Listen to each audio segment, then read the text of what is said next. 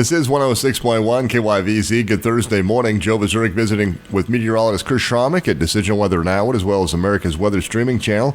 Chris, we were real close to breaking or at least tying records in Goodland yesterday. Yeah, Joe, we saw temperatures climb up there into the hundreds, so we were right around those record-breaking temperatures, like you said, and it looks like we could see another day, especially south of I-70 here today. There is some good news for those of us along Highway 36 and north, because we do have a cool front, or it's a weak cold front, that is stalled along Highway 36. So if you're along that and to the north, you're going to see temperatures in the 90s. We could see middle 90s and upper 90s in that area along that Highway 36. You get to the north in Nebraska, they could be in the lower 90s.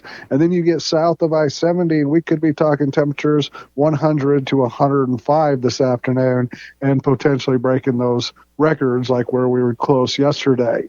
We'll see winds from a southwest direction to the south of that I-70 from 5 to 15 miles per hour.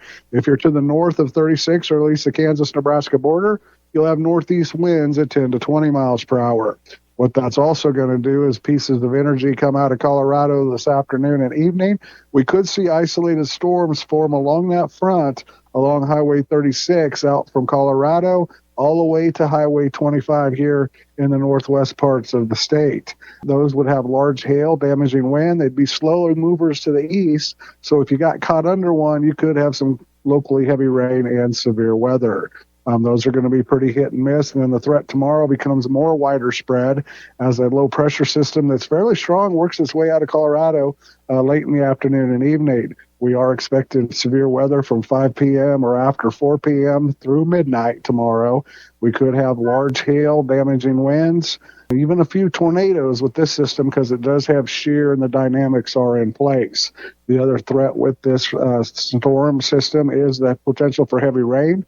There is forecasted to be along that Kansas-Nebraska border, maybe to the east of 25 in that Red Willow, Norton, Decatur County area, anywhere of 2 to 3 inch rainfall, so there could be some localized flooding. Temperatures will be cooler tomorrow. We're talking in the 80s.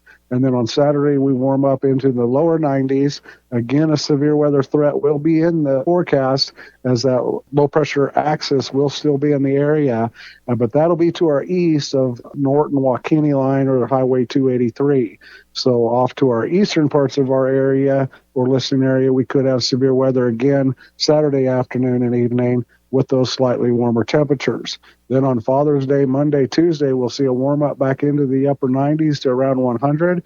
It'll become windy as the lee side low pressure develops over the Rockies, and those southwest winds could be gusting up there 30, 35, 40 miles per hour. So that'll really push the temperatures up there.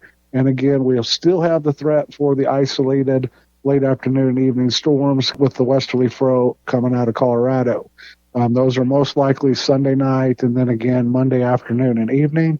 Tuesday looks like the dry day, and then the long-range weather pattern is supposed to be getting drier and warmer, but it looks like we get warmer, but with the westerlies still open, there's always a threat for the late afternoon and evening thunderstorms just about every day.